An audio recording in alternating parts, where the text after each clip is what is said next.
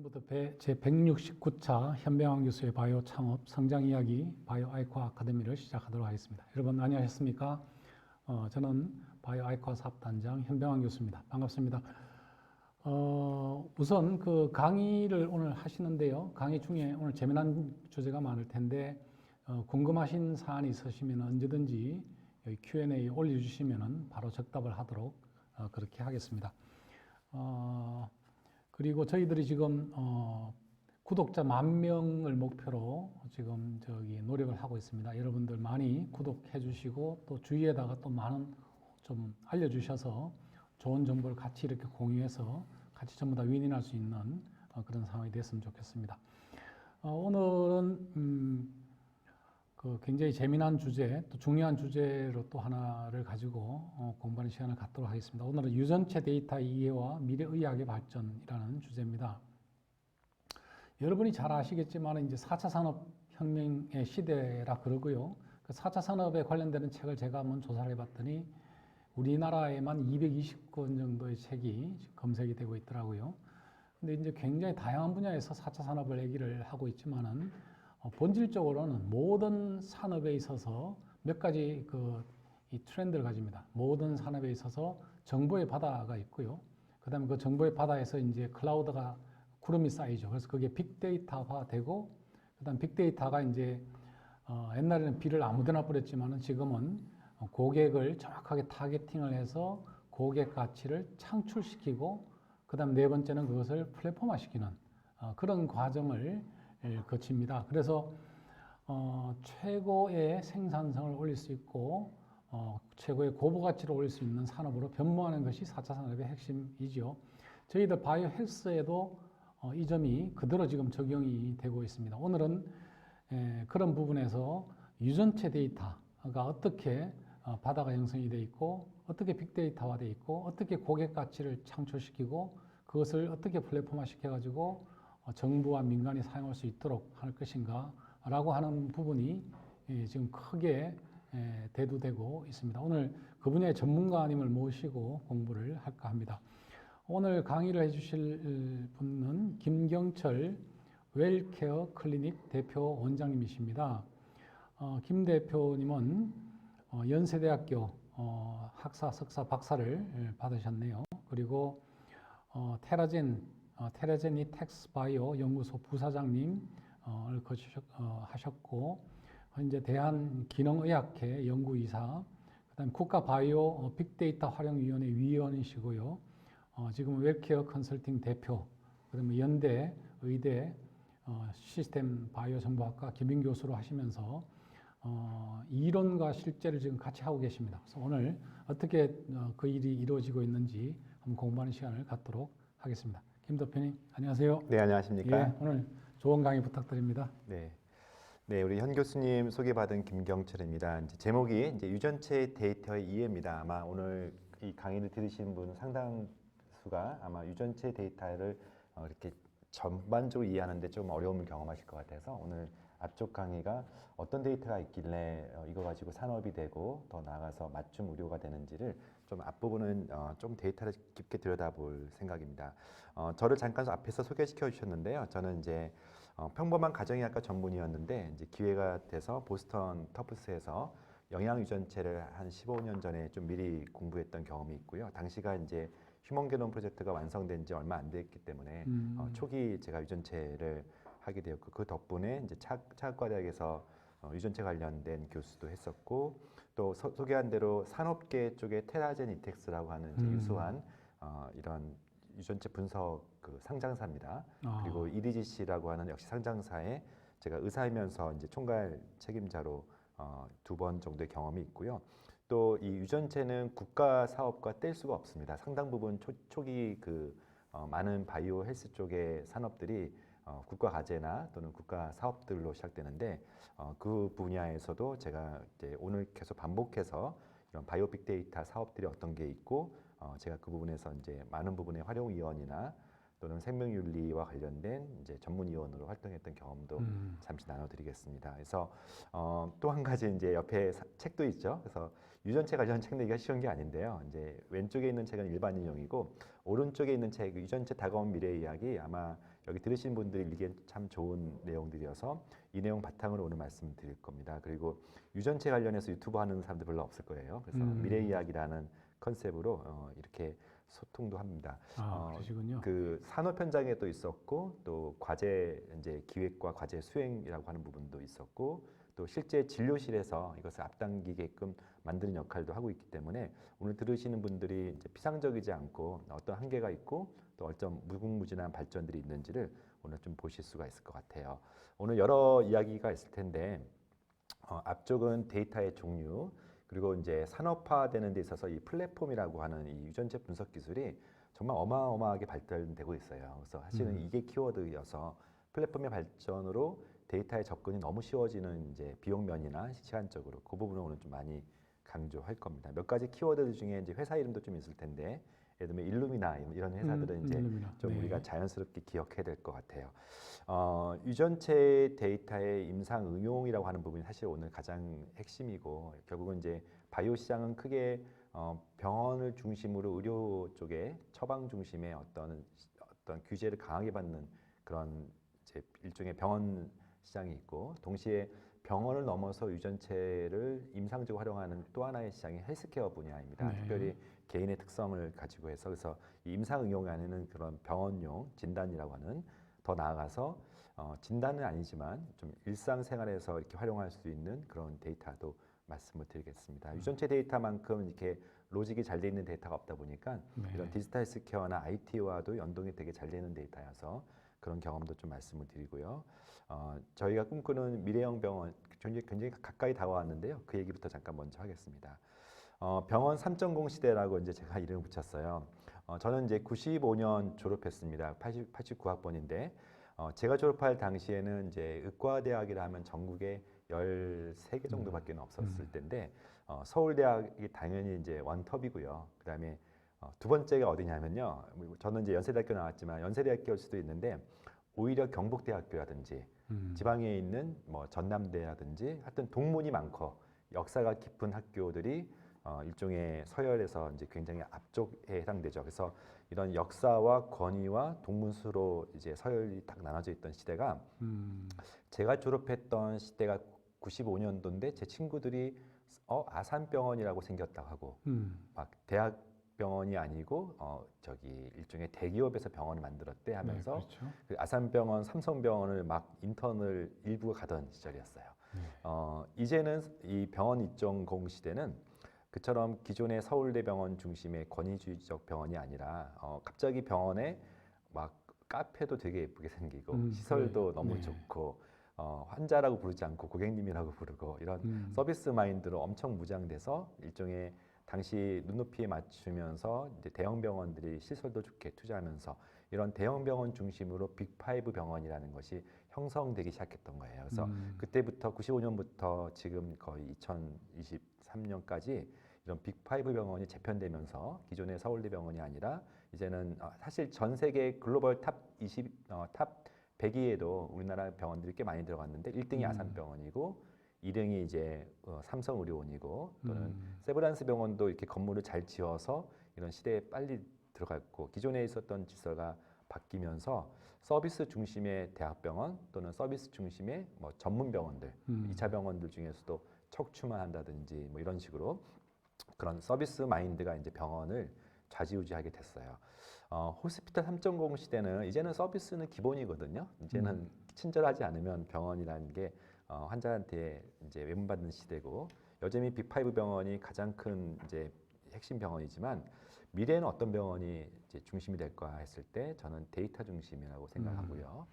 데이터 중심이라고 해서 이제 클리니컬 디시전 메이킹 할 수 있는 많은 그런 좀 CDSS라고 하죠. 클리니컬 디시전 서포트리 시스템을 잘 갖춰서 정밀의학을 구현하는 병원들이 생기기 시작할 겁니다. 네. 더 앞서 우리 교수님 말씀한 것처럼 이제는 맞춤.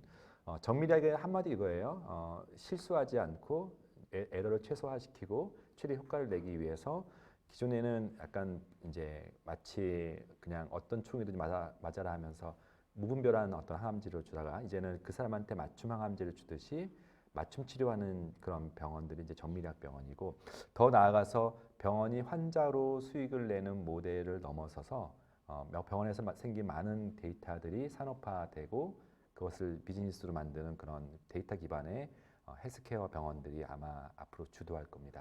그 중에 요즘 이제 중요시 떠오르는 디지털 헬스케어도 병원에 이제 많은 시스템이 되고 있습니다. 이처럼 병원뿐만 아니라 의료계 전반, 더 나아가서 이 헬스케어 산업 전반이 데이터 중심이라고 하는 데 있어서 아마 많은 사람들이 데이터 중심하다 보니까 두 가지 가치가 있죠. 하나가 사람마다 다르게 하는 퍼스널라이즈라고 하는 거, 두 번째는 미리 예측하고 예방하는 프리딕션 프리벤션이라고 하는 이런 포피 메디슨의 어떤 가치들이, 그 중에서 데이터 중에 가장 사람마다 다르다라고 하는 데이터가 바로 유전체 데이터이기 때문에 오늘 유전체 데이터 잠깐 말씀을 드릴게요. 네. 우리가 이제 유전체 데이터를 오믹스라고 표현합니다. 오믹스가 옴이라는 게 이제 모음이라는 뜻이거든요. 그러니까 모았다는 뜻인데, 토탈 오믹스 모든 데이터를 모았다는 뜻인데, 흔히 말하는 DNA라고 하는 것들을 이제 지노믹스 또는 게노믹스라고 해서 지놈 데이터를 모았다 해서 지노믹스라고 표현하고요. 네.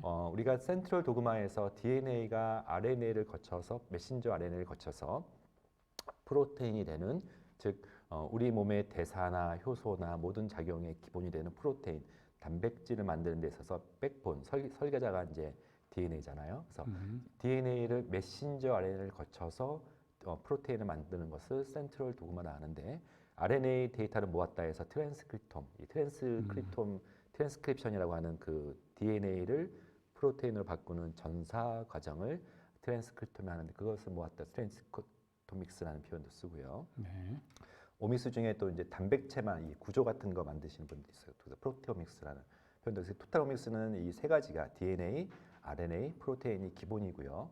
여기에 이제 대사체라 해서 메타볼로믹스도 여기 하나 빠졌는데 후성 유전체라고 해서 에피제노믹스, 또 요즘 전 시간에 우리 하셨던 마이크로바이옴, 이런 네. 인체 유래물이든 또는 인체에 공존하는 그런 마이크로바이옴까지 해서 이런 정밀학 데이터의 토탈 오믹스가 굉장히 종류가 다양해요. 그래서 오늘은 이 DNA 기반으로 좀 더 말씀을 드리도록 하고요. 이거 말고도 임상 데이터들, 또 이미지 데이터들, 바이오마커, 또 요즘은 이제 디지털 헬스케어에서 라이플록 데이터, 이 모든 것들을 많이 모으는 그런 과제나 그런 산업들이 어떤 방향으로 가는지 오늘 계속 말씀을 드리겠습니다. 네.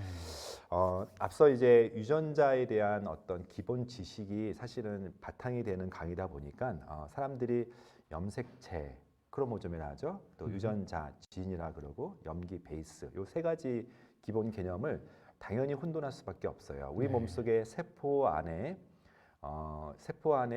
그 핵이라고 하는 그런 기존 이제 뉴클리어가 있고요. 뉴클리어는 DNA 가닥으로 구성되어 있죠. 그래서 이 DNA를 펼치면은 단위가 있습니다. 즉 우리가 책을 비유하면요, 브리티니카 사전이 마침 23권이거든요. 그래서 이 DNA 가닥을 총 30억 개의 그 이제 베이스 염기로 구성되어 있는 DNA를 구획을 시키면은, 즉 글자를 염기로 보고 글자가 모여서 문장이 되죠. 그래서 네. 유전자는 문장에 해당된다. 유전자의 정의가 어떤 하나의 뜻을 트랜슬레이션, 전사할 수 있는, 즉 단백질 하나를 만드는 최소한의 단위가 유전자의 기준이기 때문에 완벽한 문장 하나가 유전자로 보시면 될 것 같아요. 센턴스 개념. 그리고 이런 유전자들이 전체 DNA 30억 개로 구성되어 있는 그 가닥을 좀 구획하면은 그것을 염색체라고 표현하고, 네. 23쌍의 염색체가 있다. 그래서 책 한 질 한 질을 염색체로 보시고, 다시 그 페이지가 있고 페이지 안에 자세히 쳐다보면 문장이 있고 글자가 있습니다. 옆에 그 TNF라고 하는 유전자를 우리가 이제 파스타큐라고 해서 전체 실제 가지고 있는 유전자 염기를 이렇게 쭉 나열한 거예요. 아시다시피 염기는 ATGC가 반복되는 그런 시퀀싱 형식이 되는데, 어떤 스타트 포인트부터 스탑 포인트까지가 이제 사이가 하나의 유전자라고 할 수가 있겠어요. 대략 한 여기 보니까 되게 작은 유전자, 여기는 사이즈가 작은데 한 수백 개 정도의 글자가 있죠. 여기에 베이스로 구성되어 있는데 그 중에 엑손이 있고 인트론이 있고 엑손, 이런 식으로 나중에 단백질을 코딩하는 것을 엑손이라 그러고 그 사이를 인트론. 뭐 좀 어렵지만 이렇게 구성이 돼 있는데 여기서 자세히 보시면 문장이라는 게 과연 이 책을 찍어내듯이 하나님이 인간을 창조할 때 똑같은 하나도 실수가 없게 또는 모두가 카피가 했을까가 아니죠. 사람마다 조금씩 생김새가 다르고 사람의 특성이 다르고 인간 휴먼은 99.7%가 상동하고 0.3%를 차이를 내게끔 만들었던 것처럼 약 그 중에 30억 개 글자 중에 300분의 1에 해당되는 그 위치에서 사람마다 다르다. 이게 바로 이 사람의 특성을 보여주고 나아가서 질병의 감수성을 보여주는 다른 글자, 즉 변이에 대한 부분이에요. 그래서 이 1천만 개의 변이가 있어요. 이 TNF 유전자를 보시면 중간중간에 이렇게 빨간색으로 GC 이렇게 중간중간에 한 300분의 1꼴로 사람마다 다를 수 있는 위치를 발견한 것을 휴먼 게놈 프로젝트라고 합니다. 네. 그래서 근데 옆에 예를 들어서 보신 것처럼 이 프리퀀시라고 하는 단어를 N자를 M자로 잘못 표현했다 해도 사람들이 발견도 못할 거예요. 발견했다 해서 뜻을 잘못 해석하지는 않을 것 같아요. 네. 이 1000만 개의 유전자의 변이 중에 대부분은 이렇게 뜻에 크게 영향을 미치지 않는 미스리딩하지 않는 것들인데 그 중에 일부는 베이스라고 하는 이 염기라고 해석돼야 되는 것을 V로 바꿔가지고 꽃병이라고 하는 베이스로 바꾸되면 그 문장 자체를 잘못 오역할 수가 있죠. 그래서 있어 미스리딩할 수 있는 이런 변이들을 일종의 병적인 변이, 패소제닉한 베리언트라는 표현을 써요. 그래서 네. 이런 병적 변이를 찾는 것들이 그 질병을 미리 예측하거나 진단하는 데 도움된다 해서 우리가 변이에 대한 부분 잠깐 먼저 나올게요. 두 번째 그래서 변이에 대해서 이제 말씀을 드리는데 크게 이 변이도 첫 번째가 점라인, 타고날 때부터의 변이가 있고요. 두 번째 암처럼 특정 조직에서 타고난 게 아니라 나중에 후성적으로 생기는 변이가 있는데 타고난 변이, 즉 수정체로부터 만들어지는 변이를 잠깐 보면은 거기에 질병 개념으로 봤을 때 책 한 권이 문제가 되는 것을 염색체 이상이라고 표현해요. 우리가 네. 다운 증후군 같은 이제 생김새가 남들하고 굉장히 다른데 다운 증후군은 18번의 염색체가 하나 더 있는 겁니다. 트라이조미라고 해서 책 한 권이 더 붙어 있는 건데 책 한 권 더 붙어 있다고 해서 생명이 뭐 위험할 정도는 아니거든요. 근데 대부분의 염색체 이상은 책 자체가 반 정도가 찢겨나가는 방식으로 생기기 때문에 임신 초기에 염색체 이상이 있으면 대부분 유산이 됩니다. 그래서 네. 아이가 브라이트 오브미라고 해서 이 임신 흔적은 있는데 아이가 없는 그런 경우는 되게 염색체 소실되는 형태로 인류가 보고되는데 이렇게 책 단위로 문제가 되는 경우 염색체 이상, 크로모점 단위로 그래서 신생아들의 주로 검사 목적이 다운 증후군 같은 이 염색체 이상을 보는 경우도 굉장히 큰 변화죠. 그리고 글자가 바뀐다 해서 염기가 바뀌는 건데 그게 수가 더 붙을 수도 있고요. 이것을 이제 인서션 붙는다 또는 숫자가 줄어든다 해서 딜리션, 인서션, 딜리션, 인델이라는 표현 씁니다. 그래서 이러한 변이도 굉장히 중요하고 탄덴 리피트 폴리모피즘은 같은 글자가 무한 반복되는 그래서 몇 개의 글자가 반복되는 변이 그래서 탄덴 리피트 폴리모피즘 또는 카피 넘버 베리언트 이런 표현들이 좀 낯설겠지만 이 유전체 업계에서는 되게 흔하게 쓰는 용어들이어서 그래서 이런 변이들은 굉장히 큰 어떤 결손 또는 큰 변화를 갖기 때문에 의미 있는 변이고요. 그렇지 않고 글자가 바뀌지 않고 숫자가 바뀌진 않고 개수가 바뀌진 않고 딱 하나만 그 염기만 포인트 바뀐다 해서 포인트 뮤테이션이라고 하는데 이것도 흔하지 않은 변이 위치에 아까 제가 베이스가 돼가지고 뜻이 달라지는 것처럼 미스리딩 단백질을 다른 단백질로 코딩하는 쪽으로 바뀌게 되면은 큰 변화를 가져와요. 그래서 레어 뮤테이션. 그래서 이렇게 주황색으로 표시한 것을 질병을 일으키고 흔히 말하는 돌연변이라는 것을 일으켜서 누가 봐도 기능에 심각한 이상을 가져오기 때문에 주로 신생아나 또는 여러분도 유명한 그 안젤리나 졸리의 브라카 유전자라고 그 암을 일으키는 유전자에서 그런 강력한 어떤 질병을 일으키는 것이 드물지만 나타나는 것을 이렇게 제가 붉은색으로 표현했고요. 근데 유전자 그러면 마치 이게 병원에서만 활용되고 병 진단으로만 활용된다 생각할 수 있지만 더 많은 경우에는 개인의 특성이거든요. 99.7%가 사람이 백본이 같지만 0.3%가 다르기 때문에 지구의 75억 명 인구가 그 누구도 똑같이 생긴 사람이 없어요. 예외적으로는 트윈, 쌍둥이만 유전자만 똑같은 유전자까지 똑같은 사람만이 생김새가 같지 그 누구도 키나 얼굴 모양새나 더 나아가서는 성격이나 더 나아가서는 어떤 질병의 감수성이나 이런 부분들이 또는 술을 마시면 어떤 사람은 알코올을 분해를 못해서 힘들어하시는 분들 이런 개인의 특성이 결국은 질병까지는 아니어도 우리 많은 특성들이 있지 않습니까? 이것을 이제 하나의 글자가 다형성을 낸다 해서 싱글 뉴클레오타이드 폴리모피즘 SNP라는 표현을 써요. 그래서 이 다형성을 가지고 훨씬 더 많은 산업적 가치가 있기 때문에 이 SNP에 대한 부분도 오늘 잠깐 강조하고요. 그래서 크게 변이는 드물지만 병적인 변이가 있고 그리고 흔한 커먼 베리에이션인데 개인의 어떤 소인, 특징 이런 부분들을 이제 이렇게 보여주는 것이 유전체에 두 가지 함의가 있다는 것을 보여드리고요. 점라인이라고 해서 태어날 때부터 근데 후천적으로 만드는 변이도 있죠. 다시 우리가 부모로부터 개인 특성, 부모의 유전자와 엄마 유전자와 아빠 유전자가 이제 수정이 돼서 양쪽 유전자의 특성을 믹스업해서 우리 자녀들이 나오죠. 그래서 자녀들은 꼭 부모의 어떤 부분은 닮잖아요. 그래서 소설책에도 발가락이 닮았다는 책도 있고요.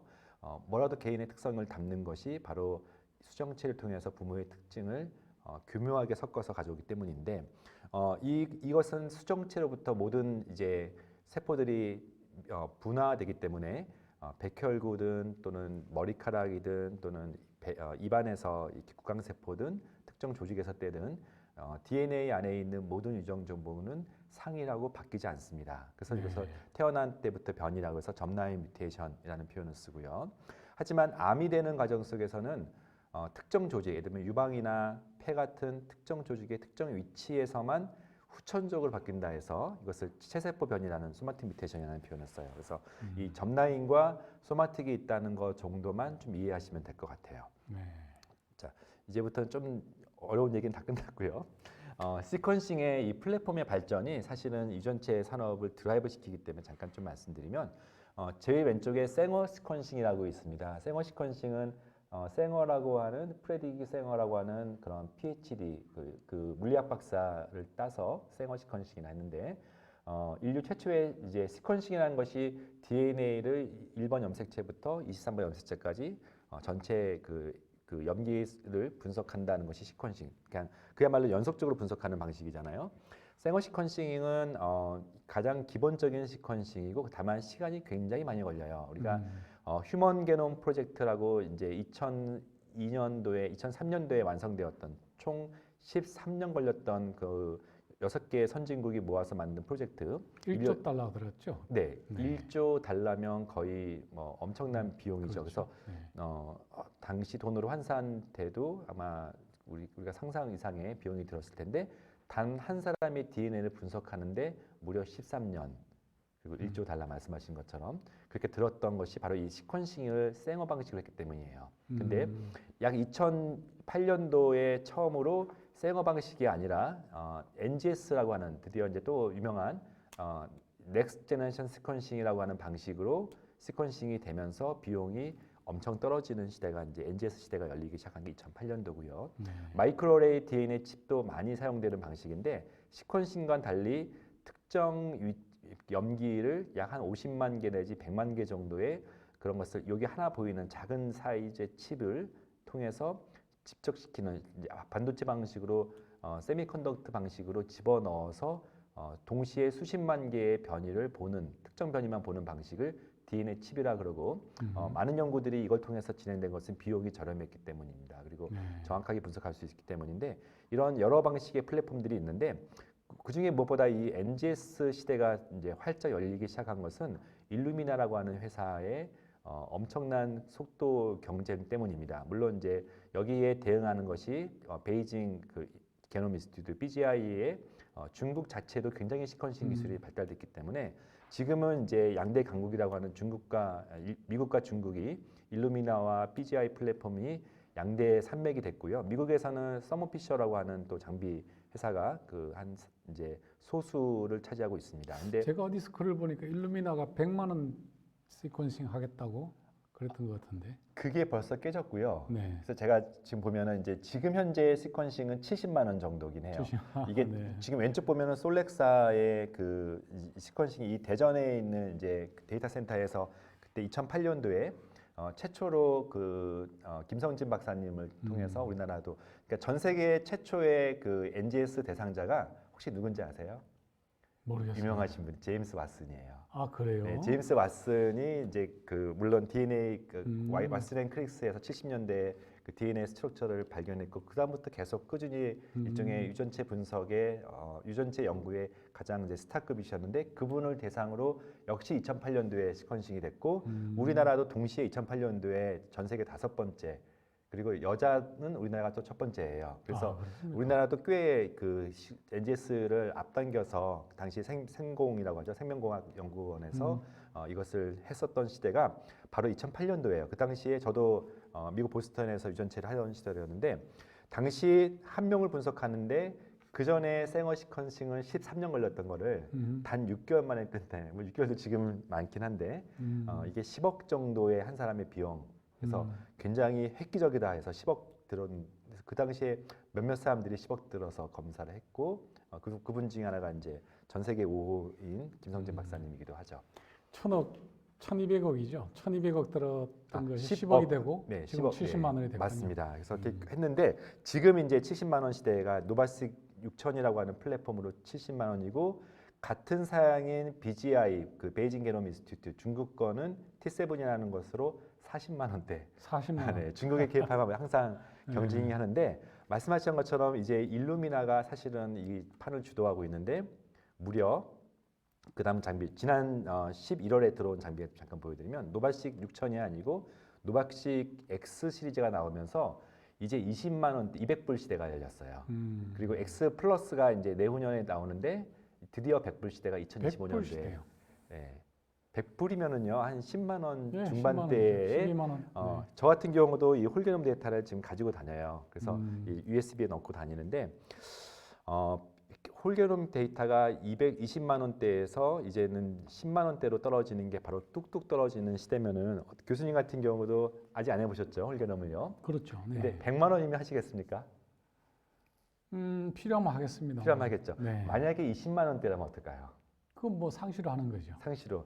상시가 아니죠. 유전체 데이터는 평생 한 번만 해도 되는 거예요. 음. 우리가 검진도 뭐 1년에 몇백만 원짜리도 있고 또는 저가형은 3, 40만 원이지만 그 매년 하는 건데 홀게놈을 분석하는데 한때 1조 달러가 걸렸고 한때 10억 정도가 들었던 거. 그래서 뭔지 모르지만 어쨌든 그렇게 비용이 들었던 게 이제 정말 10만 원대라면은 굳이 안 할 이유가 없겠죠. 그래서 이 홀게놈 시대가 이제 본격적으로 2025년도에 온다라고 했을 때 도대체 이게 홀게놈을 통해서 그러면 뭘 하려고 하느냐를 그렇죠. 지금부터 이제 어떤 잠깐. 가치를 입히느냐. 가치. 그거죠. 그래서 이 가치가 여러분들이 이제 이해를 하면은 엄청난 시장이 되는 거고요. 그렇지 않고 이것을 자기가 생각하는 어떤 한계에 갇혀버리면은 시장은 열리지 않는 거예요. 근데 네. 많은 경우 유전체 데이터를 이해하는 어떤 예를 들어서 학계 교수님들은 대개는 암 전문가라든지 또는 치매 전문가라든지 각각의 자기 분야의 전문가다 보니까 이 전체 토탈적인 시야를 가기가 좀 되게 어려워요. 그렇죠. 그래서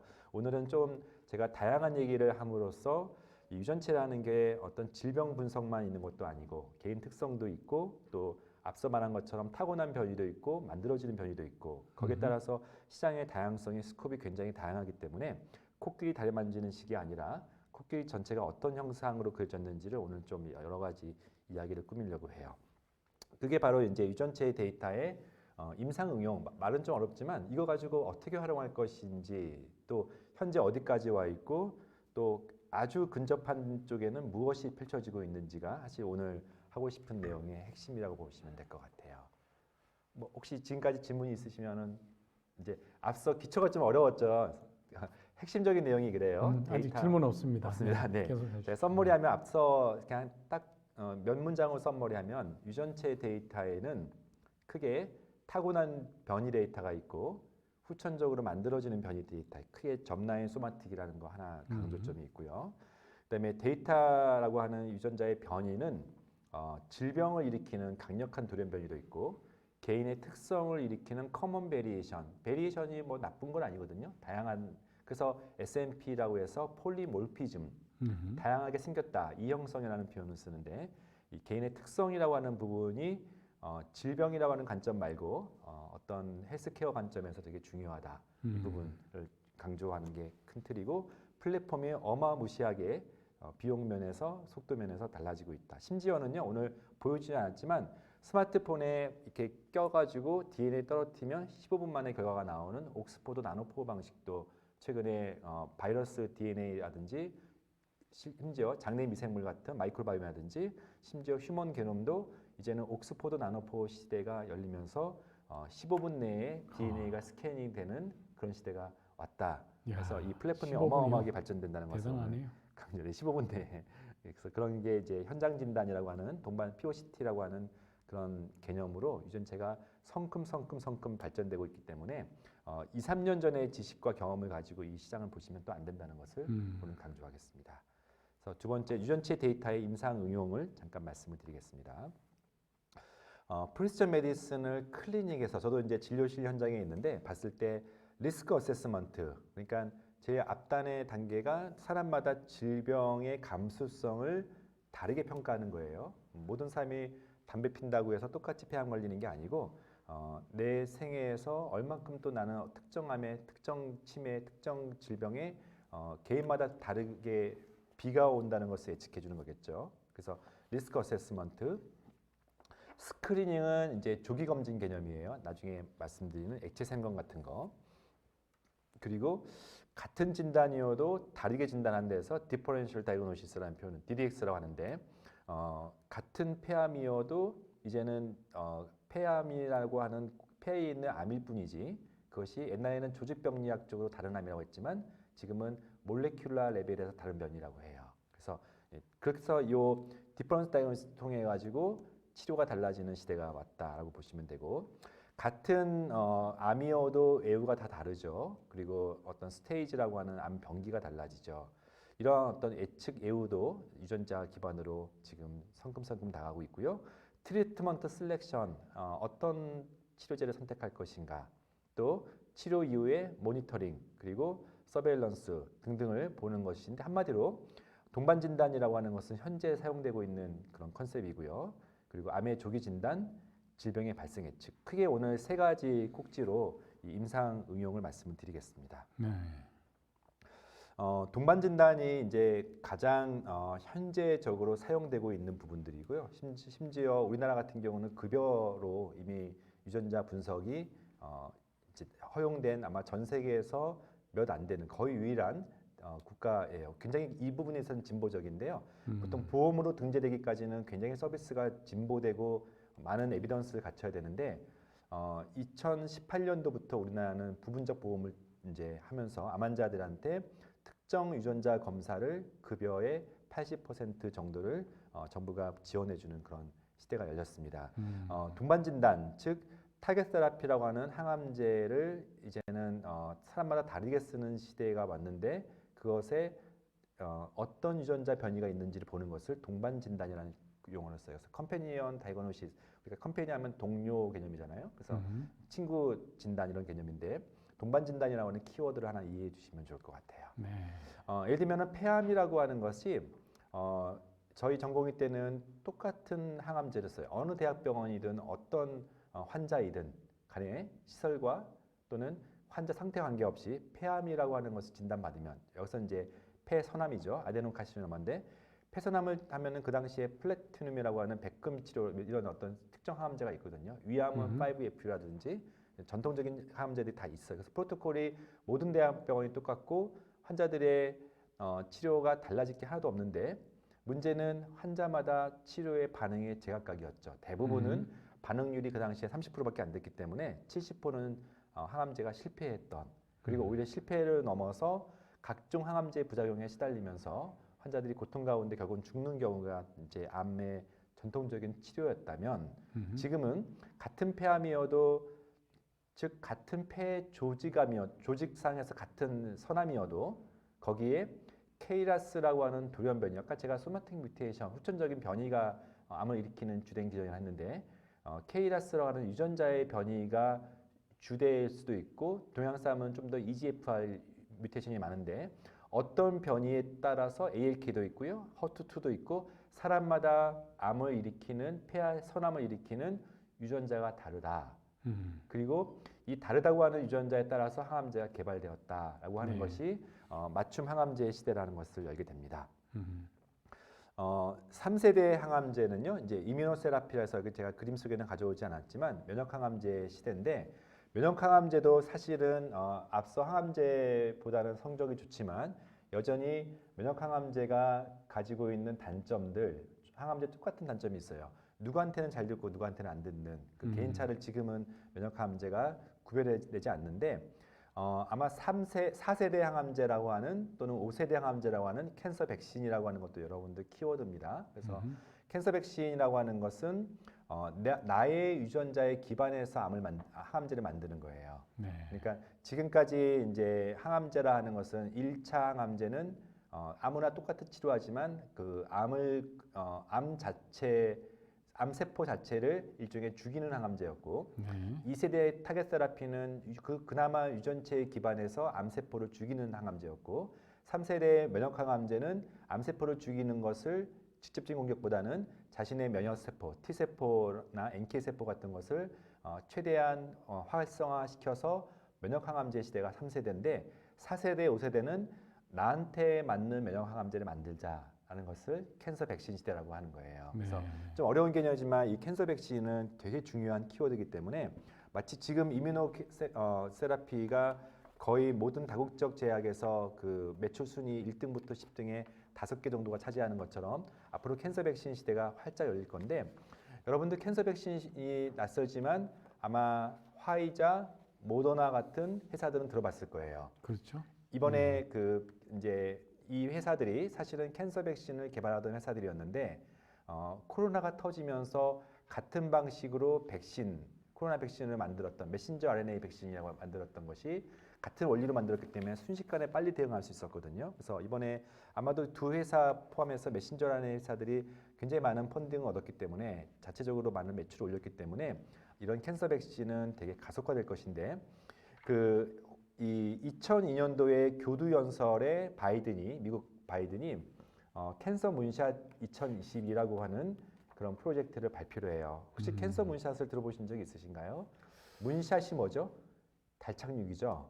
그래서 이로부터 정확히 10년 전에 2013년도에 오바마 행정부의 마지막 해된 2013년도 오바마가 프리시전 메디슨이라고 하는 그런 정밀 의료를 미국 의회에서 연설하면서 캔서 문샷 얘기를 시작했습니다. 즉 마치 1970년대 달착륙에 비견하듯이 인류의 마지막 정복이 사실은 암이었죠. 암을 아직 정복하지 못한 인류가 할 수 있는 최대의 과제다 해서 캔서 문샷이라는 것을 발표합니다. 잠깐 그 내용을 하는데 그때 오바마가 발표할 때 프레지던트 옆에 바이스 프레지던트가 지금 대통령이셨던 바이든이에요.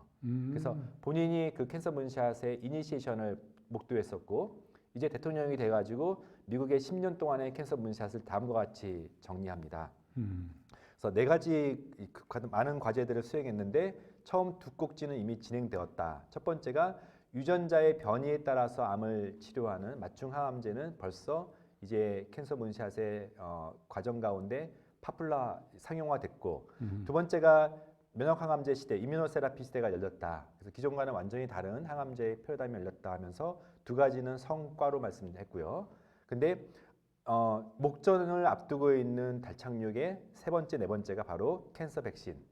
이 세 번째고 네 번째가 뭐냐면은 마치 CT 스캔을 찍고 장내시경 하듯이 질병을 즉 대장암과 폐암을 CT나 장내시경이 아니라 혈액에서 발견할 수 있는 조기 발견이 중요한 캔서 문샷의 핵심 가치다.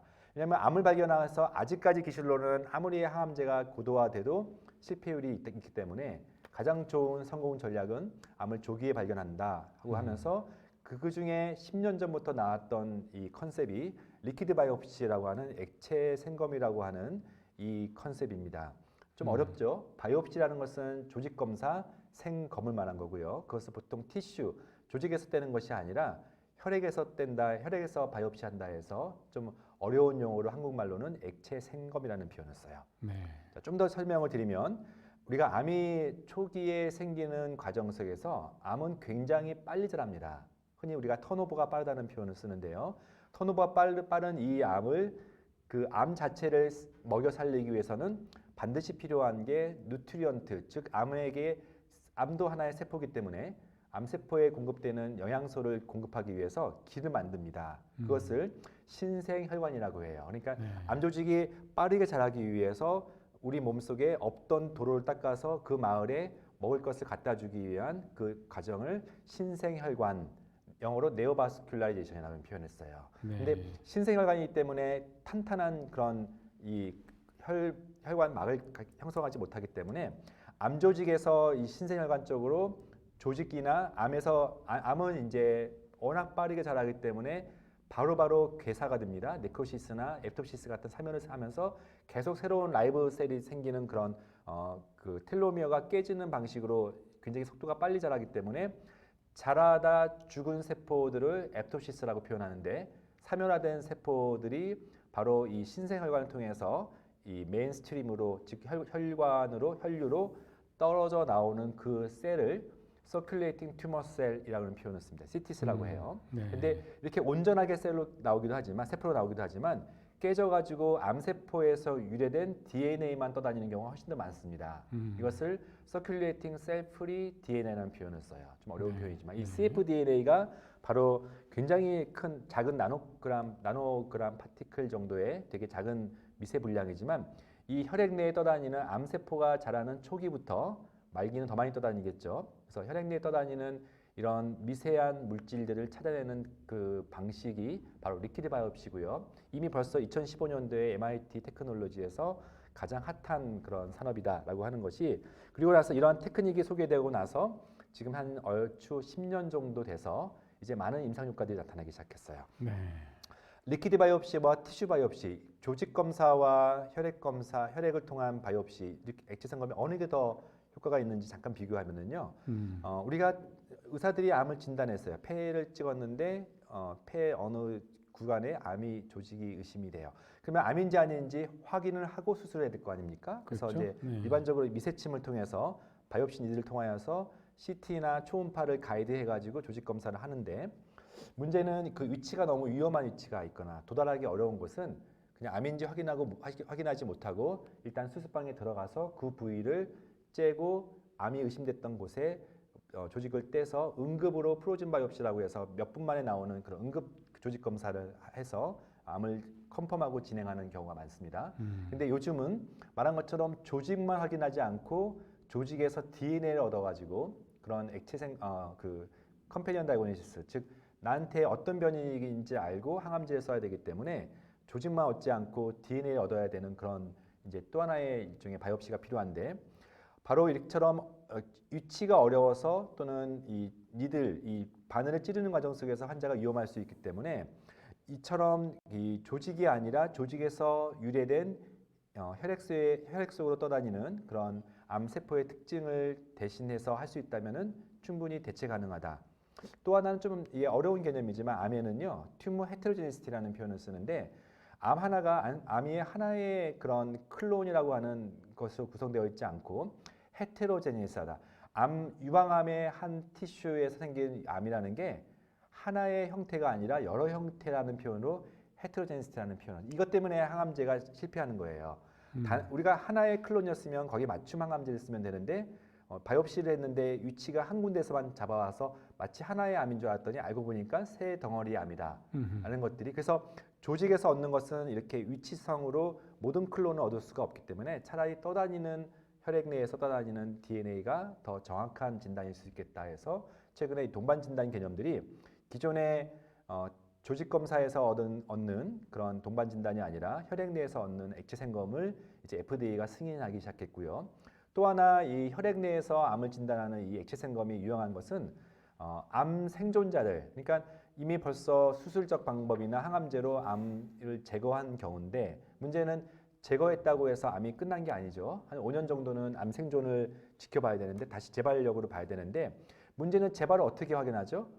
다시 커져서 문제가 생겨서 CT에 보일 정도가 돼야 확인하기 때문에 보통 암을 치료받으신 분들은 1년 사이에 CT를 3개월마다 찍어요. 근데 CT를 3개월마다 찍으면 좋을 게 없죠. 비용을 떠나서 CT에서 나오는 방사능적인 레디에이션이라는 표현을 쓰는데 레디에이션 해저드, 방사능 위험이 있기 때문에 좋은 경험은 못 돼요. 비용도 비용이고. 그래서 마찬가지 암이 다시 재발되는 과정 속에서 분자생물학적 변화가 먼저 생기고 두 번째 그것이 조직으로 문제가 되고 그것이 다시 암이 메스가 되면서 CT로 발견되는 건데 가장 먼저 생기는 이런 조직학적 변화를 발견하는 목적, 즉 치료 이후에 모니터링하는 목적으로 액체생검들이 미국 FDA나 한국의 FDA에 승인받기 시작했어요. 아까 폐선암에서 EGFR 뮤테이션이 변이가 있으면 추적하는 거에는 EGFR 뮤테이션 중심으로 보면 되는데 EGFR만 보는 게 아니라 사실은 KRAS가 같이 믹스되어 있는데 그래서 EGFR 항암제 줬지만 다시 재발되는 경우 알고 보니까 KRAS 유전자였다. 이런 경우 참 많아요.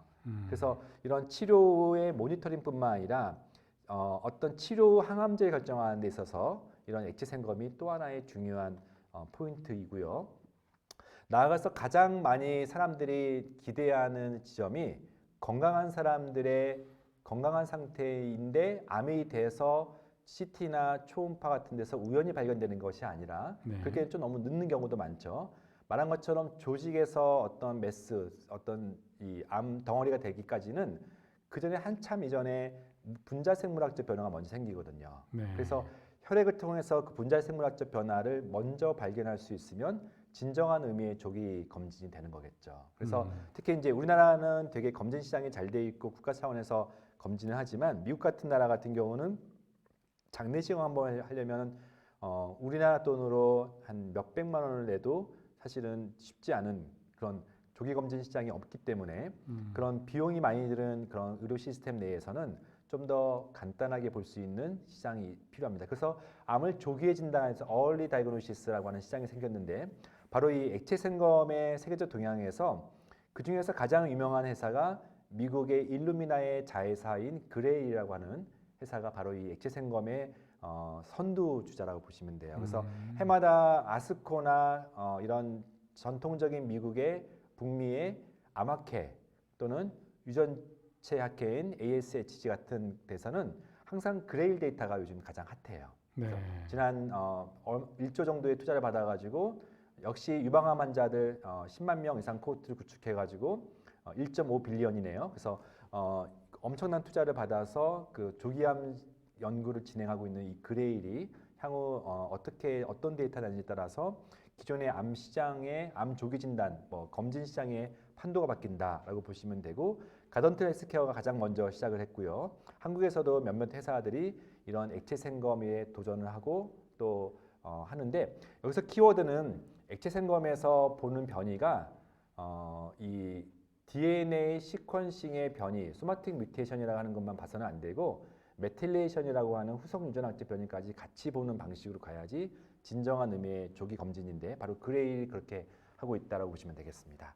이제 또 하나의 그 암을 유전자를 가지고 암 이제 헬스케어에 산업 활용되는 것 중에 하나가 질병을 미리 예측하는 거예요. 우리가 이제 비온 뒤가 아니라 비 오기 전에 암을 먼저 발견했으면 또는 내가 좀 더 관리했으면 이런 후회들이 굉장히 환자들한테 많죠. 그래서 과연 예측 못했을까? 그래서 어떻게 유전자를 기반으로 질병 예측 모형을 만들 것인가에 대해서 말씀을 드리는데 그 중에는 다시 한번 두 가지 관점이 있습니다.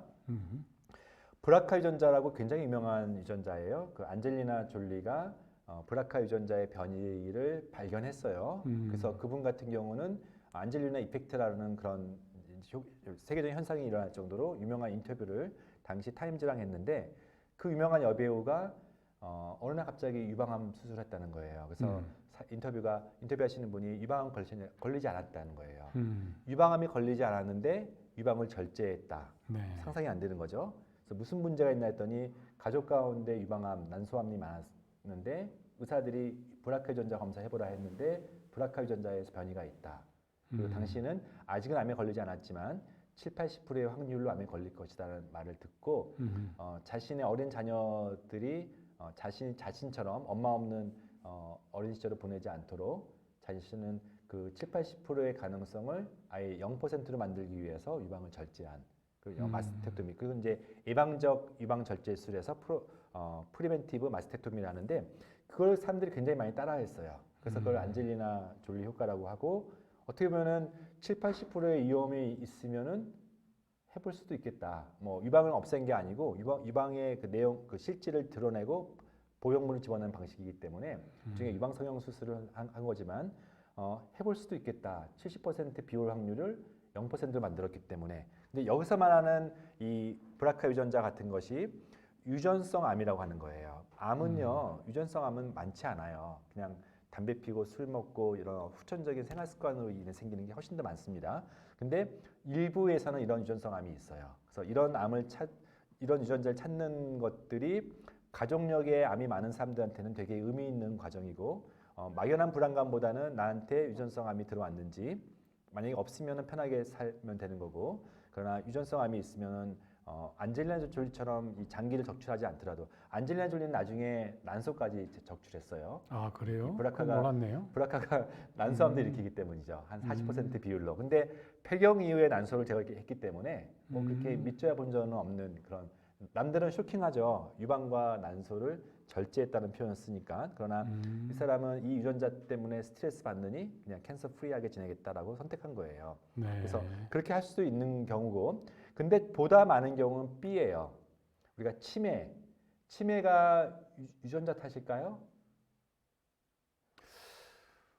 치매. 네, 치매 가족력 있는 분들은 되게 괴롭죠. 그렇죠. 네. 현대 가족력 질병 중에 아닙니까? 제일 무서운 게 치매죠. 왜냐하면 암은 그래도 저기 수술이라는 희망도 있고 암보험도 꽤 잘 돼 있어서 경제적으로도 힘들지 않은데 치매는 70세 이후에 생기면서 알츠하이머는 한 번 걸리면 치료도 없고 그리고 바로 돌아가시는 것도 아니지만 굉장히 오랜 시간에 그 병수발이라 하는 모든 가족들이 고통받는 그렇습니다. 병인데 네. 이 치매의 모친이나 부친께서 서서히 망가지고 서서히 가족들이 황폐화되는 것을 보면은 치매 가족은 두려움 중에 하나가 나도 그럴까? 그렇죠. 네. 나도 그럴까? 나도 그럴 수 있을 수도 있다 싶잖아요. 상대적으로 경험적으로 치매 가족 중에 치매 환자가 많이 생기니까 바로 이래서 사람들이 유전자에 대한 관심을 갖는 거예요. 가족 가운데 심근경색이 있는 분들은 아무래도 그리고 당뇨를 처음 진단받을 때 혹시 가족 가운데 당뇨 있다면 대부분 있잖아요. 그리고 더 봅시다. 콜레스테롤 높으신 분들이 있단 말이에요. 근데 20, 30대부터 높은 사람이 있고 저 같은 경우는 콜레스테롤이 아직도 LDL이 90도 안 돼요. 이건 제가 엄청 신경 써서가 아니라 다 아시다시피 이런 것들이 바로 사람마다 차이가 있는 것을 우리는 유전성 또는 가족력을 물어보는 건데 여기서 말하는 패밀리 히스토리 가족력을 물어본다는 것은 우리 인류가 또는 의사들이 경험을 통해서 몇 가지 질병들은 가족력이 중요해. 대표적인 게 치매, 심근경색, 뇌졸중, 당뇨. 근데 알고 보면 꽤 많아요. 골다공증도 그렇고 네. 이러한 흔한 질병들이 이게 애매한 거예요. 생활 습관 때문인지 유전 때문인지 정답은 둘 다잖아요. 예를 들면은 폐암 환자들은 아까 폐선암 얘기했는데 폐선암은요 담배 때문에 생기는 암은 아니에요. 그러나 난 스몰셀이라고 하는 스몰셀C 소세포암은 담배 때문이거든요. 근데 담배 때문에 폐암에 걸렸다는 것도 억울하지만 담배를 적게 피는 사람인 경우는 더 억울하죠. 더 많이 피는 사람들 옆에 폐암 안 걸리는데 그래서 이게 담배 때문에 암이 생기는 것은 맞다고는 하지만 모든 사람이 똑같이 또 그렇지 않아요.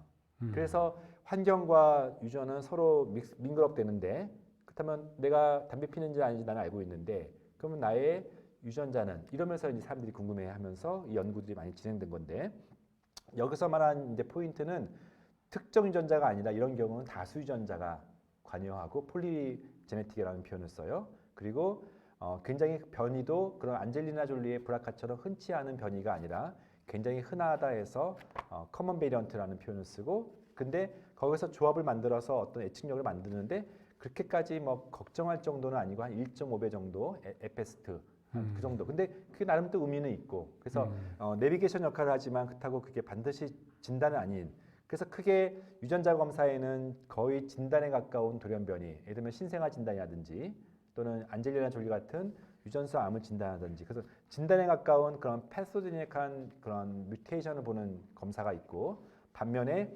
어떤 질병의 감수성, 어떤 소인, 어떤 likely 또는 특성, 어떤 리스크 팩터 개념으로 보는 그런 통계적 기법도 있다. 이 두 가지가 좀 구별돼서 이렇게 섞이지 말아야 됩니다. 예를 들면 실제 서비스 중에 이런 브라카 유전자를 포함해서 유전성 암을 보는 그런 서비스들이 몇 개 암 중심으로 현재 있고요. 그래서 여기서 변이가 있으면은 유전성 암일 가능성이 많은데 애초에 유전성 암 검사는 모두가 하는 게 아니고 유전성 암이기 때문에 자기 직계 부모님 또는 형제, 가족 가운데 유달리 특정 암들이 많은 경우 이런 거 해볼 수가 있지. 가족 가운데 암도 없는데 굳이 유전성 암을 볼 필요는 없는 거거든요. 그래서 네. 시장이 크지는 않지만 일부 암이 많은 가족들한테는 굉장히 의미 있는 검사기도 하고 그것보다는 좀 더 많은 그런 커먼 디스오더, 뭐 치매나 심근경색이나 당뇨나 또는 골다공증 같은 가족력비 중요한 그런 질병들을 이런 통계 기법으로 만든 것을 흔한 질병의 예측 서비스. 근데 경고까지는 아니고요. 한 1.5배, 2배 정도의 리스크가 있다. 그래서 남들보다는 좀 리스크가 증가되어 있지만 반드시 가는 것은 아니고 비가 올 확률은 있지만 얼마든지 비가 피할 수 있는 생활 습관의 개선. 이런 식으로 질병을 예측하고 예방하는 것을 알려주는 서비스도 있다라고 보시면 돼요. 네. 좀 더 테크니컬하게 이런 질병의 예측 검사들이 기존의 소수 유전자를 중심으로 이제 많은 연구가 됐기 때문에 다수 유전자를 기반으로 하고 생활 습관도 같이 이렇게 리스크에 집어넣어서 알고리즘 만드는 시대에서 이제는 AI 기반의 그런 머신러닝이나 또는 딥러닝 방식으로 데이터를 분석하는 시대가 성큼성큼 다가오고 있어요. 기존의 GIAS라고 하는 연구가 이제 대표적인 유전체 분석의 연구 틀인데 기껏해봤자 AUC 커브가 되게 낮은 것을 볼 수 있어요. 그러니까 재현성이 떨어지고 진단이 떨어지는데 좀 더 많은 데이터를 집어넣어서 그러니까 기존의 GIAS는 통계적으로 10-6승 기준으로 몇 개 엄격하게 기준 잡아서 소수 마커만 잡는 방식인데 10-3승 정도 낮춰서 수백 개 데이터를 집어넣고 딥러닝하는 방식으로 디바스하는 방식도 최근에 대체되고 있습니다. 그래서 실제 그 UK 바이오뱅크라고 하는 유전체 코호트에서 약 48만 명 데이터를 가지고 2만 2천 명의 심근경색을 가지고 GIAS 분석을 기반으로 했지만 GIAS가 아니라 이제 메타 GRS라고 하는 대규모 유전체 분석을 시행했어요. 그래서 기존의 담배, 당뇨, 운동 부족 같은 리스크, 위험 요소가 하나둘씩 증가될 때마다 이런 조금씩 이 C인덱스라고 하는 설명력이 증가하는데 거기에 유전자 데이터를 집어넣었더니 굉장히 C인덱스가 0.7까지 증가됐다. 이런 어떤 좀 더 예측 모형을 생활 환경, 생활 습관만 가지고는 안 됐던 예측 모형을 이제 유전자 데이터를 같이 집어넣어 가지고 이런 질병 예측 모형하는 시대가 와요. 네.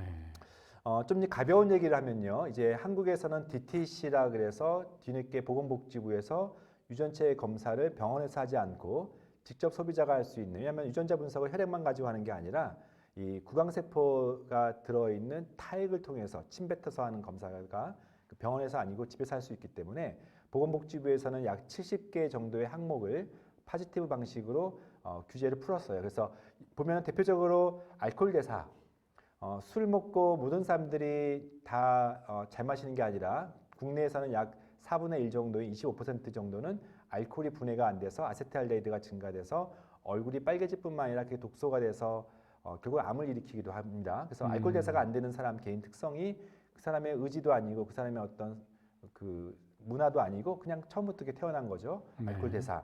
어떤 사람은 쉽게 살찌는 비만 유전자라는 게 있어요. FTO 유전자를 포함해서 비만 유전자도 동서양이 달라요. 그 비만을 일으키는 대표적인 유전자인 FTO는 서양에서는 약 70%, 우리나라에서는 20% 정도의 변이 갖고 있기 때문에 상대적으로 동서양의 가장 큰 결정적인 차이가 비만 유전자이기도 해요. 네. 그랬을 때 어떤 사람은 어떤 다이어트를 하는 게 좋은지 이런 유전자의 기반으로 하기도 하고요.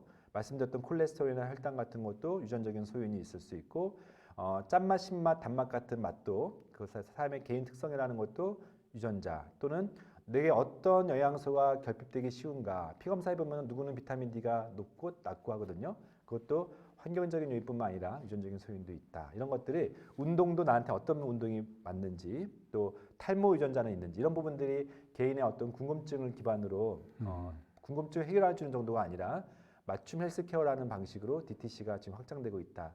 정도도 말씀드리고요. 말씀드린 것처럼 무궁무진하게 게놈 데이터가 커지고 있고 2025년도 약 2년 정도에는 전 인구의 7분의 1 정도인 10억 정도가 홀게놈을 가지고 있는 시대인데 문제는 어떤 소비자 컨텐츠를 만들 것인가가 핵심이죠. 그래서 저 같은 경우는 제가 전에 있었던 회사가 마이즈론 박스 제가 관여했었는데 이런 USB에 제 파스타큐라고 하는 30억 개 전체 염기 서열 그리고 VCF라고 하는 그 중에서 추려가지고 데이터만 모아서 한 500메가바이트 정도, 1.2기가바이트, 그다음에 500메가바이트 데이터 전 둘 다 가지고 다니고요. 거기에 이미 벌써 현재 서비스인 질병 예측 서비스, 건강 특성 유전자, 약물 유전체, 내게 어떤 약이 필요할 것인가를 선택하게 만드는 그런 검사들도 저는 받아봤고, 그래서 어떤 특정 영양소, 특정 음식, 특정 약을 선택하는 데 있어서 저희가 도움받기도 했습니다. 유전체 데이터와 디지털 헬스케어는 연동하기 참 좋은 데이터이기 때문에 그래서 많은 과제들이 최근에 디지털 헬스케어 데이터, 현재 나의 삶을 라이프로그 추적하는 데이터와 타고난 나의 데이터, 그래서 일종의 네이처와 널처 개념이죠. 타고난 것과 만들고 있는 데이터를 융합하는 그런 과제들이 많이 되고 있는데 세계적으로 유명한 헬스케어 데이터 잠깐 소개만 드릴게요. 미국에서는 오러버스라고 하는 그 100만 명 코호트가 진행되고 있고 이미 영국에서는 UK바이오뱅크라고 하는 50만 명 코호트가 완성이 됐고 전 세계에서 이 UK바이오뱅크를 다 다운로드 받을 수가 있기 때문에 일정 양식만 갖추면 산업계도 포함시켜서 이걸 통해서 많은 유전체 데이터들이 재생산되고 있고 과제로서 또 연구 데이터로서 활용되고 있고 나아가서 임상 데이터까지 연결되고 있다 보시면 되겠고요. 대한민국은 국가 바이오 빅데이터라고 2021년도부터 시범 사업으로 약 1만 명을 이미 했고요. 조만간 100만 명 코호트를 저희가 올해부터 저희가 과제를 준비 중에 있는데 그것이 이제 에타에 들어가 있다 보시면 되겠습니다. 그래서 미국의 오러버스 같은 경우는 100만 명 코호트를 실제 현재 한 50만 명을 모았고 약 10년 정도를 거쳐서 게놈 데이터와 함께 그분의 임상 데이터, 이제 전자기록 데이터와 또 신체 계측 데이터, 디지털 스퀘어는 아직 모으고 있지는 않은데 이제 붙일 예정이라고 하십니다. 그래서 미국은 현재 진행 중이지만 영국의 UK바이오뱅크라고 하는 50만 명 코호트는 아까 앞서 심근경색 예측 모형도 거기서 다운로드 받아서 한 거죠. 그래서 이렇게 코호트가 잘 구축되어 있으면 국가를 먹여 살릴 수가 있어요. 특히 제약회사들이 신약 개발에 있어서 어떤 특정 약물의 반응을 보기 위해서 또는 예측되는 부작용을 회피하기 위해서 약들을 개발되는데 이렇게 주로 코호트들이 서구에 많이 몰려 있기 때문에 아시아 데이터라고 불리우는 코호트가 굉장히 부족합니다. 그래서 이런 UK바이오뱅크 같은 서양 데이터뿐만 아니라 동아시아 데이터에 대한 어떤 필요성이 있는데 그 부분을 이제 사람들이 준비하고 있고 제가 예전에 테라제니틱스 회사에 있을 때 유전체 데이터뿐만 아니라 라이플로그 데이터 그리고 목적은 예방의학적 관점, 질병을 미리 예측하고 예방하는 관점에서 이런 마이크로레이 또는 30억 개의 홀게놈 데이터와 라이프 데이터를 동시에 모아서 질병을 예측하는 그런 과제를 맡기도 했습니다. 또 제가 최근에 저도 참여했던 데이터인데 일반인 대상으로 암 생존자와 건강한 사람들 대상으로 토탈 오믹스 데이터를 포함해서 그러니까 유전체, 마이크로바이옴, RNA 또는 단백질, 대사체 이런 모든 데이터와 임상 데이터를 모아서 종합 분석하는 과제를 시행한 바 있고요.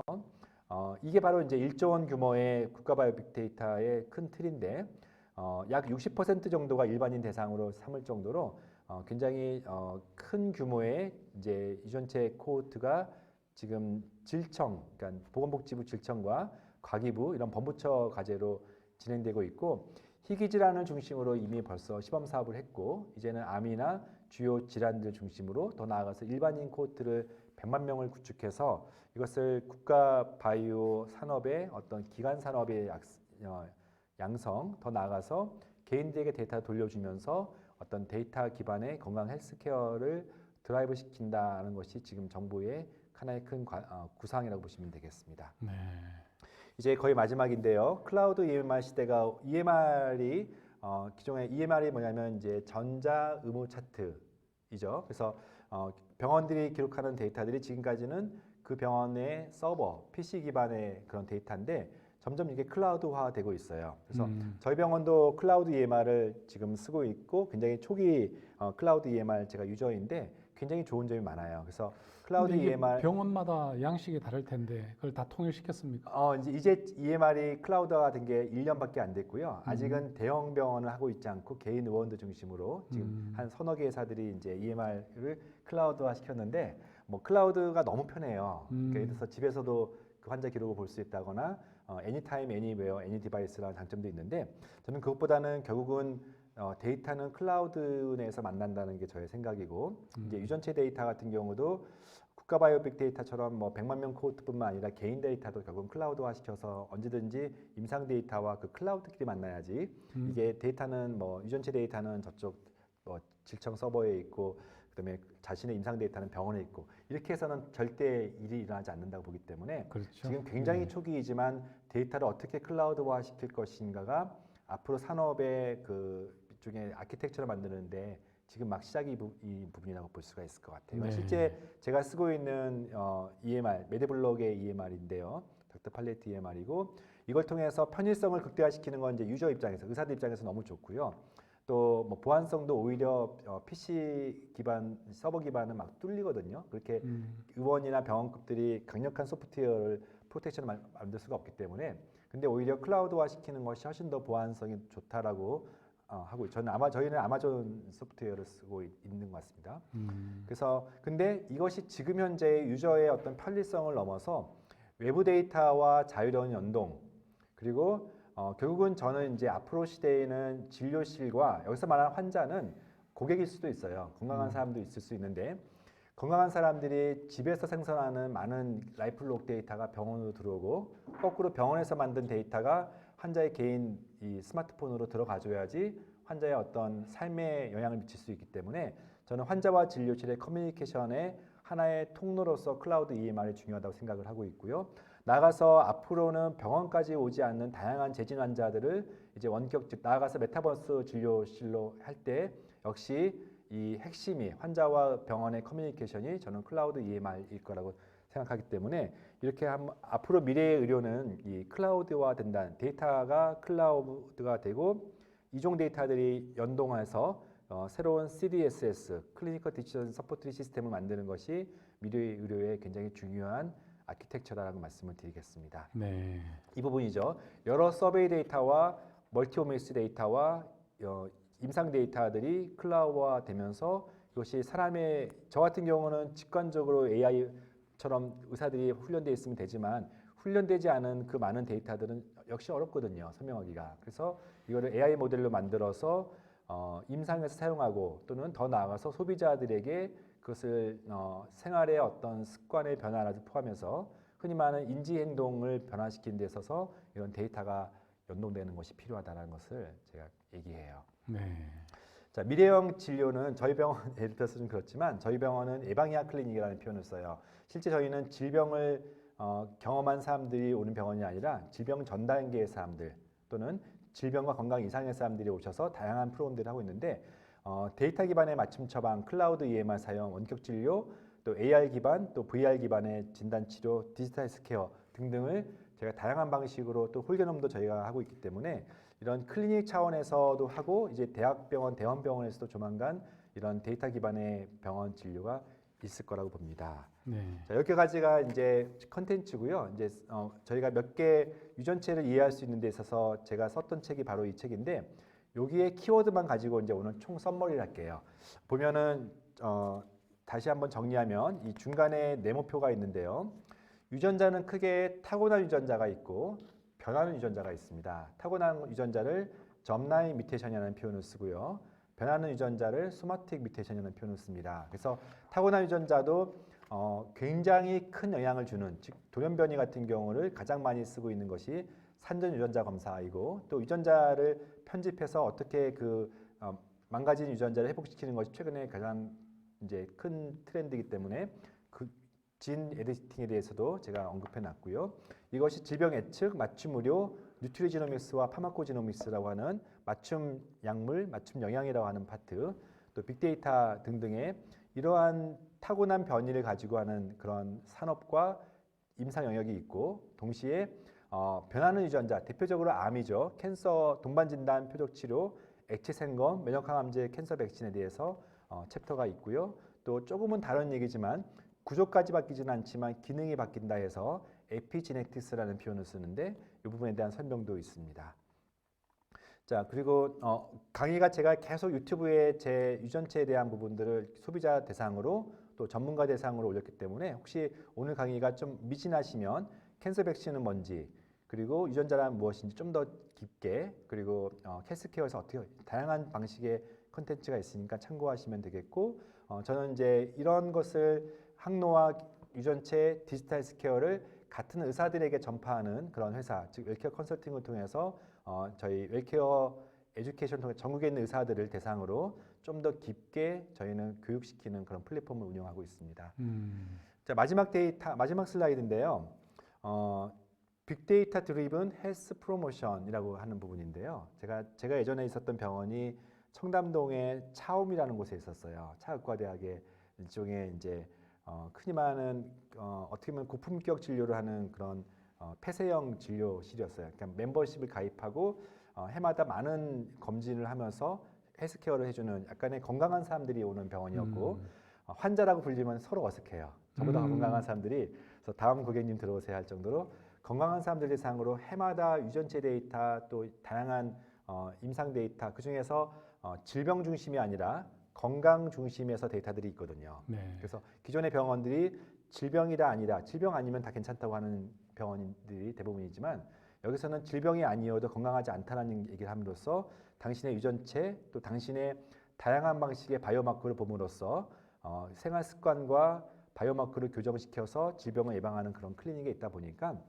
사람들이 검진 데이터만 보면은 즉 이번 검진에도 특별한 문제가 없으니까 계속 담배를 피우는 사람이 대부분인데 당신의 데이터가 검진 데이터 질병이 있냐 없냐가 아니라 앞으로 어떻게 질병이 생길 것인지 그리고 현재 어디까지 와 있는지를 질병 관점이 아니라 건강 관점에서 데이터를 보여주니까 사람들이 담배를 끊고 운동을 하고 영양을 보충하고 굉장히 바람직한 헬스 프로모션 하는 것도 제가 봤습니다. 네. 그래서 오늘 이야기했던 많은 그런 빅데이터 그중에서 유전체 데이터의 방향 지향점은 사람을 조기에 암을 진단하고 조기에 질병을 예측하고 조기에 예방하여서 가능한 질병이 되기 전 단계에서 헬스 프로모션을 일으키고 그러한 많은 사람이 차움 같은 소수 어떤 구독자만 있는 것이 아니라 이제 보편적인 정서, 좀 더 60세 이후에 한 30년 동안 건강하게 살고 싶은 보편적인 소망을 바로 데이터 드리븐 헬스 프로모션이라고 하는 거대한 마켓이 있다는 것을 오늘 마무리하면서 마치도록 하겠습니다. 네. 감사합니다. 아이고, 오늘 좀 강의가 좀 어려웠던 부분도 좀 있는 것 같은데요. 저 같은 문과는 한 반은 알아듣겠고 반은 잘 못 알아듣겠고 좀 그렇습니다. 현재 그 정밀의학을 병원에서 어느 정도 지금 활용하고 있고 앞으로 그 발전 전망은 어떻다고 보십니까? 네, 지금 질문이 이제 오늘 후반부에 주로 얘기하는데 썸머리 다시 하자면 현재 동반 진단이라고 하는 즉 암 환자를 이제 처음 진단해서 조직 검사에서 DNA를 뽑아서 유전자 진단을 하는 그 동반 진단은 급여가 될 정도로 그래서 그 동반 진단이 급여가 된 게 4년 전 얘기인데 그때 전국의 70개 대학병원이 이 유전체 분석 NGS 기계를 살 정도로 한마디로 이 급여 시스템이 되니까 이제는 모든 대학병원이 이거는 상식이 되는 시대가 됐어요. 그러니까 어떤 제도가 바뀌니까 바로 시장이 열릴 정도로 그동안 에비던스를 많이 가지고 있다가 규제가 풀리니까 바로 시장으로 가는 그런 것들이죠. 그래서 동반 진단은 이미 벌써 상용화됐고요. 네. 그다음에 신생아 단계에서 임신 중에 태아 단계에서 예전에는 조직 검사를 통해서 다운증후군을 보는 그런 태아 산전 진단 검사가 이제는 아이한테 양수천자 검사라는 게 있었거든요. 배에 한 20주 되는 산모에게 바늘을 집어넣어서 양수 태아가 있는 그 옆에 그 양수벽을 뚫고서 조직을 떼가지고 와서 유전자 검사를 하던 위험한 방식을 이제는 혈액에서 떠다니는 태아의 DNA를 가지고 하는 NIPT라고 하는 시장이 이제는 벌써 그런 상용화가 됐어요. 네. 그러니까 유전체 시장이 되게 다양해요. 그리고 지난번에 하셨던 마이크로바이옴도 네. 이제 서서히 병원에서 그 사람의 장내 미생물을 분석을 해서 얼만큼 생물학적 다양성이 나쁜지 즉 배 아프고 장이 안 좋은 것뿐만 아니라 피부가 안 좋고 면역 증상이 있는 게 정말 장 때문인지 아니면 그냥 심리적인 문제 때문인지를 구별할 뿐만 아니라 어떤 유전자의 장내 미생물 유전자에 따라서 맞춤 유산균을 처방하기 시작하는 시대가 돼 있어요. 그래서 이런 꼭지들은 이미 벌써 시도가 됐고 음흠. 다가오는 꼭지에서는 말씀드렸던 것처럼 캔서 백신 시대 또는 액치생검이라고 하는 암의 조기 진단이 성큼성큼 다가와서 4, 5년 정도면은 시장이 형성되는 그런 시대가 오고 있다라고 할 수가 있겠습니다. 그런 기업들이 지금 우리나라에 좀 어느 정도 있습니까? 우리나라에 상장된 유전체 기업은 약 한 6군데, 마크로젠, 테라젠, EDGC, 랩지노믹스, 그다음에 뭐 DNA 링크 또 하나 이제 한 6개 정도. 녹십자는 아직 상장 안 됐고요. 그래서 마이크바이옴에서는 3군데가 상장, 고바이옴 또는 첫랩, 지금은 CL로 갔죠.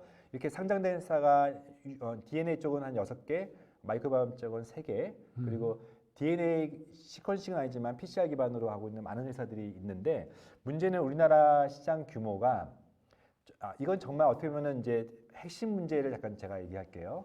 시장 규모가 크지 않아요. 네, 그렇죠. 기술적인 문제가 있냐? 그렇지 않아요. 우리나라 전 세계에서 시퀀싱을 거의 같은 해에 했던 나라거든요. 그리고 우리나라 바이오 강국이잖아요. 네. 시퀀싱 기술 굉장히 앞서 있어요. 굉장히 왜냐하면 네. 일루미나 시퀀싱을 하기 때문에 뭐 미국에서 제록스라든 여기서 제록스라든 복사는 똑같이 할 건데 문제는요.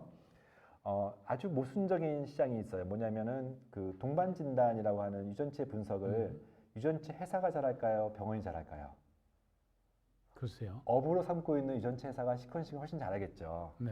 병원이라 해서 이제 임상병리나 해부병리과가 이제 맡아서 시퀀싱을 하는데 그 동반 진단이 급여가 되는 순간 70개 그 대학병원이 NGS라고 하는 당시 한 대당 20억 정도 되는 기계를 앞다퉈 샀던 이유가 유전체 훨씬 더 유전체 그 분석 플랫폼이 많은 회사들이 회사에서 분석을 못하기 때문이에요.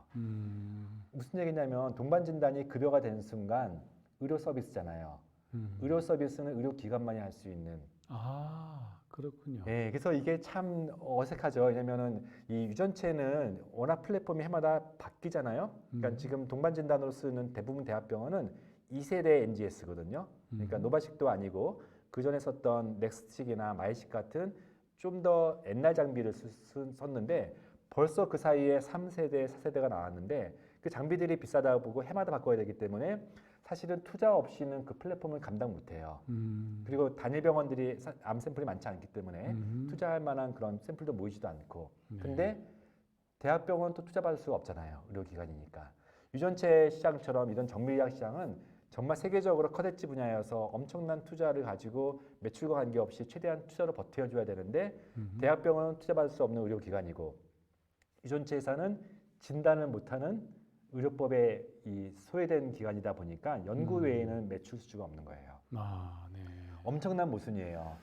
그래서 저도 국가생명 그 뭐 이제 국가 과제뿐만 아니라 국가 정책에 제가 이렇게 기획 의견을 낼 때마다 이게 가장 큰 모순이다. 가장 잘하는 회사가 그리고 소수가 집중돼서 키워야 되는데 각 단일 병원마다 이렇게 유전체 분석을 한다 그러면은 샘플도 안 모이고 이게 지금은 노바식 6,000을 넘어서 노바식 X 같은 경우는 1,200개 샘플을 모아야 이 수가가 나오는 거거든요. 근데 암 환자들이 그렇게 지방병원에 많지 않거든요. 그런 상황에서 샘플 수를 채울 수도 없고 그리고 서로 간의 수탁도 안 되고 그러면서 우리나라는 좀 이상하게 흘러가고 있어요. 차라리 급여가 되지 않은 그런 서비스들, 태아산전 진단 검사라든지 아니면 DTC 같은 거는 아직은 회사가 할 수 있지만 급여가 되지 않았기 때문에 이 접근성이 떨어지잖아요. 그러니까 급여가 되면 다시 또 의료기관만 해야 되는 거고 이 모순에. 그러니까 급여가 안 되면 약간 애매하게 이게 그레이존처럼 불법화되어 있는 그런 시장처럼 느껴지고 진단을 이제 급여로 한다 그러면은 의료회에서는 못하니까 회사에 그래서 이쪽 계열에 투자하거나 관심 있는 분들은 이 시스템을 알지 않고서는 그냥 NGS사가 상장했다고 해서 확 투자가 됐는데 매출이 안 일어나요. 연구 매출 외에는. 이 모순이 외국은 어떻습니까? 외국은요. 우리나라처럼 대학병원만이 이런 수탁, 그러니까 샘플을 모아서 분석할 수 있는 것을 대학병원만이 하는 게 아니라 클리아랩이라고 하는 그런 공증 기관 받은 회사들도 가능해요. 근데 우리나라는 이 클리아 제도가 없기 때문에 즉 의료기관을 넘어서서 공증이라고 하는 시스템이 인증이라고 하는 시스템이 없기 때문에 그게 가장 큰 차이입니다. 그래서 우리나라 회사들이 조금만 여기서 좀 애쓰다가 기술은 좋은데 아이디어는 좋은데 어떻게 할 방법이 없으니까 자꾸 해외 진출을 하는데 해외 진출할 때 이 클리어 랩을 이 국내 회사가 갖기가 되게 어렵거든요. 미국의 본토 회사가 아니기 때문에 그래서 이런 모순위에 참 많이 빠져 있는 게 되게 안타까운 현실이라고 할 수가 있겠습니다. 뭐 정부는 지금 거기에 대해서 어떤 논의가 있습니까? 아이고 정부에 대해서는 이 부분은 끊임없이 얘기를 함에도 불구하고 이게 저도 의사지만 이제 의료법을 뚫기가 참 어려워요. 그러니까 이제 생각을 좀 달리해서 NGS는 이게 NGS가 시퀀싱 분석까지를 의료 행위로 보지 말고 이건 기기가 하는 거니까 그것을 해석하는 정도를 의료 행위로 보고 이 시퀀싱 분석을 좀 저는 풀어주는 게 맞다라는 산업적 발전뿐만 아니라 국내 회사들이 발전해야 사실은 더 국내에 맞는 현실의 임상 서비스를 의사들이 할 수 있는 거기 때문에 저는 이 부분들을 그 마치 수탁하듯이 저기 병원 내에서 이렇게 자체로 분석하는 방식은 앞으로 이 대규모 경쟁 시대에서는 살아남을 수 없기 때문에 이 규제는 반드시 풀어야 된다라고 생각합니다. 그렇군요. 그런 문제가 있군요. 마지막으로 그 지금 국가 바이오 빅데이터 사업 1조짜리 예타가 되고 있다고 하셨잖아요. 네. 그게 뭐 실현 가능성이라든가 네. 그다음에 그 의의라든가 그게 또 어떤 과정을 통해서 성공되면 어떤 효과가 있을까요? 네, 세계적인 데이터가 이제 UK 바이오뱅크 영국 가장 잘 갖춰져 있고요. 그리고 굉장히 많은 UK 바이오뱅크 통해서 이 세컨더리 그 일종의 마켓이 열리고 있어요. 그리고 처음에는 정부 주도로 이제 영국 주도 NHS 중심으로 했는데 이제는 민간인 돈 내고 그것을 더 이렇게 좀 더 가공하는 시장이 생기기 시작했고요. 말한 것처럼 오로버스라고 하는 미국은 데이터를 다 개인들에게 돌려줘요. 근데 우리나라는 아직 지금 이제 1차, 2차 시범 사업만 10,000명 정도 했고요. 이제 본 사업을 빠르면 4월 달에 에타를 뭐 1조 원대로 될지 8천억으로 줄지는 모르겠지만 역시 지금 정부도 이 정밀료 과제에 대해서는 인식을 같이 하기 때문에 어떤 형식으로 될 것 같긴 한데 제가 좀 우려하는 점 두 가지 말씀드리면은 첫 번째는 다른 과제들은 다른 이제 해외 사례들은 이것이 클라우드화돼서 전 세계 누구든지 애세스먼트를 하고 또 필요하면은 규격에 맞춰서 다운로드 받아서 그것을 이제 연구 또는 산업화하는 데 굉장히 도움받고 있는데 문제는 우리나라가 지금 추진하는 방식은 오송에 데이터 센터까지 와서 그 안에서만 방화벽 내에서 분석하는 시스템을 지금 추구하고 있어요. 아, 그렇습니까? 왜냐하면 이제 우리나라 특유의 정서가 어떤 의료를 사업화시킨다, 더 나아가서 마이 데이터를 산업화시킨다 있어서 굉장히 보수적인 분위기 있잖아요. 시민사회라든지 뭐 있죠. 그래서 개인 데이터에 대한 되게 민감한 사회이다 보니까 아무리 개인이 동의했어도 이런 정서가 있기 때문에 클라우드화 시켜서 특히 미국이나 다른 나라 사람들이 우리 데이터를 사용한다? 이에 대해서 정서적으로 힘든 거예요. 근데 거꾸로 다국적 제약이 사용하지 않으면 이걸 왜 하는 거지? 그리고 국가에 무슨 도움이 될까에 대한 질문을 고작 연구를 위한 연구를 할 것인가? 그 연구도 굉장히 사용자가 불편하게 만드는 방식의 서버 기반으로 한다, 폐쇄형 기반을 한다는 것에 대해서 사실은 이쪽 추진하는 많은 그 자문단들이 되게 뜨거운 감자 중에 하나고요. 아직 결론낸 건 아니에요. 두 번째는 홀게놈 데이터만 모으는 게 의미가 있을까? 그리고 지금 홀게놈을 모을 것인가, 이제 DNA 칩으로 모을 것인가에 또 그 안에서 결정이 안 됐는데 당연히 홀게놈으로 해야 되는 거고요. 근데 홀게놈만 할 것이 아니라 어떤 임상 데이터를 모아서 활용을 극대화시킬 것인가가 되게 중요한 논쟁거리고요. 더 나아가서는 데이터를 돌려주는 그런 마이데이터 쪽으로 가야지 훨씬 더 개인에게도 이득이 되고 또 그 2차 산업들이 일어날 수 있는 저는 모멘텀이 되는데 분명히 큰 기회인데 좀 잘 설계되었으면 좋겠다는 것이 개인 좀 소망입니다. 예, 오늘 굉장히 좀 흥미로운 주제면서도 조금 어렵기도 하고 그 다음에 또 저희들이 이 부분을 결코 놓치면서 바이오헬스를 키울 수도 없는 바로 정보의 바다에서 빅데이터 만들어지고 가치를 창출시켜서 플랫폼으로 만드는 그런 일을 지금 하시고 계신 우리 김경철 대표 원장님께 강의를 들었습니다. 여러분 조금 재미있으셨어요? 네, 재미있으셨다면은 좋아요 이렇게 눌러주셔가지고 우리 김 대표님 격려를 좀 많이 해주시기 바랍니다. 자, 이상으로 제 169차 현병환 교수의 바이오 창업 성장 이야기 바이오 아이코어 아카데미를 마치도록 하겠습니다. 여러분 감사합니다. 감사합니다.